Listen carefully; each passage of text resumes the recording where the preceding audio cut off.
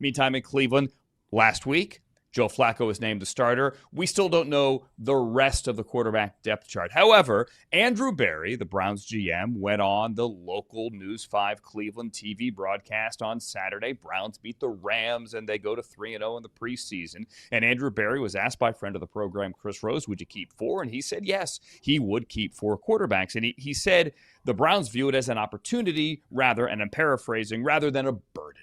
Right? Hey, we have 4 quarterbacks. We like them all. We're going to keep all 4 of them.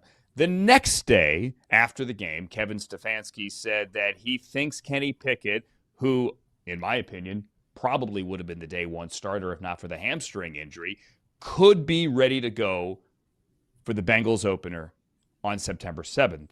And this is me surmising here. If that's the case, he's probably the number 2 quarterback. Where does that leave the rookies, guys? Well, Dillon Gabriel played really well.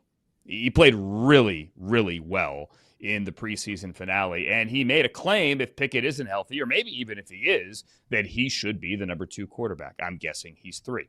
Just one man's opinion. Shedeur Sanders did not play well. He took 5 sacks. He was 3 of 6 for 14 yards. And as good as he looked week 1 against Carolina is kind of how bad he looked week 3. Plenty of factors here. Obviously, people have pointed out online that 4 of the 5 old linemen he played with have already been released. Well, there was some overlap with Dillon Gabriel's group as well. 3 of the 5 old linemen that Dillon Gabriel played with have also been released. I was watching Get Up this morning, gentlemen, and Mike Greenberg, another friend of the program, respect him greatly, started the Shedeur Sanders conversation by saying, guys, it's almost too ridiculous to talk about. I don't know why we're talking about it, but it is that ridiculous. We are going to talk about it. Shedeur Sanders didn't play in the final drive for a litany of reasons, none of which are conspiratorial. Tyler Huntley is one of Kevin Stefanski's favorite players. He told me and others before the game that he would like to get him into that game. He made him a solo captain for the 3rd consecutive week. And there is another issue here at play, and that is the Browns have a kicking issue. Frank and Charles. Dustin Hopkins was so good in 2023. He got an extension, and he wasn't good last year, and he hasn't been good in the preseason this year. The Browns kind of needed to see Andre Schmidt kick a game winner. And Tyler Huntley was a better bet to get them into position to see Andre Schmidt kick that game winner. There are so many factors here at play. There is no crazy backstory for Shedeur Sanders. He's the 4th quarterback and a work in progress.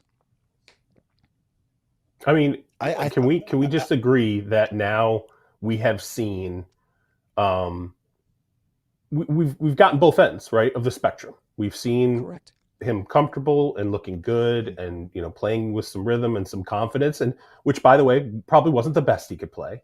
But it brought us all a little closer. We leaned in on Shedeur Sanders when he played all against the Carolina rookies have good Panthers. moments and bad. We've seen them. Absolutely. There's unquestionably. Now this, a game like this where you see the 5 sacks, he illustrated clearly what was the downside of his draft profile. Hey, he'll drift in the pocket. He'll hold the ball too long. I mean, how many snaps did he hold the ball? 5 to 6 seconds. You can't do that on the NFL level, right? When you're trying to navigate out of a sack, you never turn your back to the defensive line, right? You don't put yourself in a position where you're staring backward at your own end zone to try and eventually get yourself out of a sack. That's how you get murdered. It's just questionable decisions, and him being able to get away with some things athletically at Colorado, and sometimes not get away with them, but doing them anyway, and taking on those sacks. And so I think we saw the opposite end of the spectrum. We saw the downside. But as Andrew said, it's unfortunate that we have gotten to the point with Shedeur that his backers have they've reached a peak of it's like Jonestown here, where the second something isn't going right with Shedeur, they're trying to force someone to drink the Kool-Aid because it's not Shedeur's fault.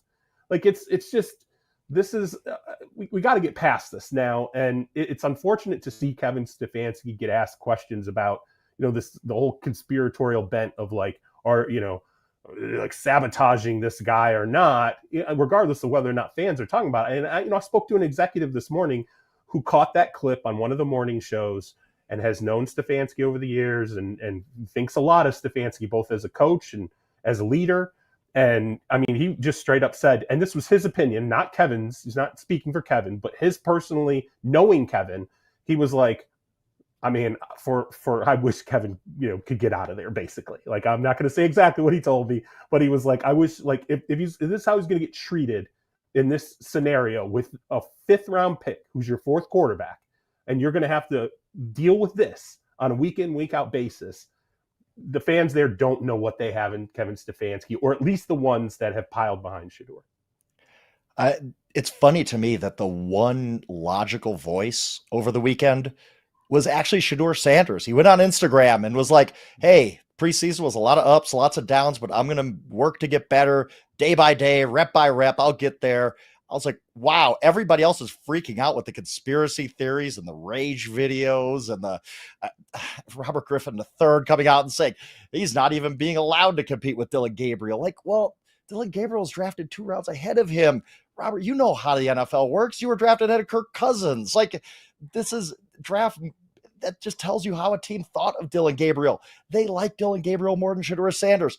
Shedeur Sanders struggled as a 5th round pick, a 4th string quarterback. That's very normal as a rookie. This wasn't crazy. Like, they called plays to make sure no, it's just a 5th round pick struggled at quarterback after having a good game in an opener. That's going to happen to rookies, especially lower round rookies. And what this has done, and Andrew, I'm glad you brought up Dillon Gabriel. Dillon Gabriel's a pretty awesome story going on right now. He's a 3rd round pick who physically, he dropped a little bit in the draft because he's not 6'4" and he doesn't have a cannon arm. He's played so well that you're like, the Browns might have hit on something here. They might have their number 2 quarterback, and given Joe Flacco's age and what the Browns start might look like, Dillon Gabriel might be starting by Halloween if he is their number 2 guy. And nobody's talking about it. Nobody's giving him any respect. Nobody's giving him any credit, where the Cleveland Browns hitting on a 3rd round quarterback should be a big deal. And I'm sure the Browns are really excited about Dillon Gabriel, and nobody's talking about him. And that's just weird. The whole situation's been odd, but I just want to give Dillon Gabriel some credit because he's looked really good this preseason. I didn't expect him to look this good, but he has. Well said. He looked really good. And for the record, and this goes, like I mentioned, the O-lineman cut, obviously. You guys know this. Other than, look, the Browns played their starters for 3 series. For the most part, Flacco got 3 series. But a long list of NFL teams won't play anyone of any significance that will be needed week 1 in the final preseason game. So the idea that rookie backup quarterbacks would be playing with O-linemen that are going to get cut is not breaking news. Guys, it's logic. I don't know that the Rams in that game put anybody on the field that was making the team. Like, I mean that. Like Tanner Engel. I think you're right. Like there are a couple of guys. Right, Terrence Ferguson, obviously a 2nd round pick. That was his first action. He played because he had been nursing a hammy and hadn't done anything through camp. The Rams fielded a team of guys that are all getting cut. All of them. Now, many of them are going to the practice squad, but they're all getting cut. It's just the way it is. And they knew that.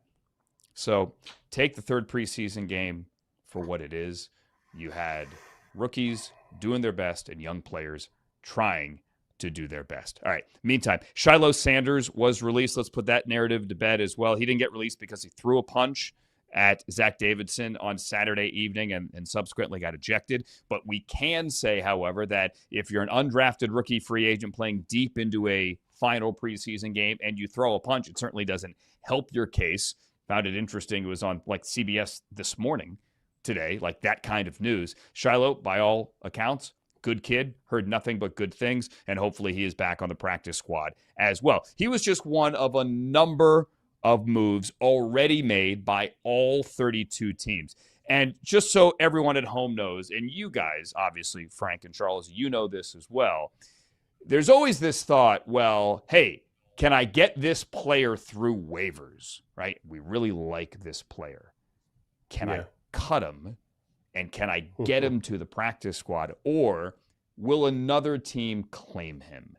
The waiver order right now for the first 3 weeks of the season is the inverse order of finish from a year ago. So basically the top of the draft, not including trades. So Tennessee's got the first claim, then the Browns have the second claim, and the Giants, the Patriots, the Jags, the Raiders, so on and so forth.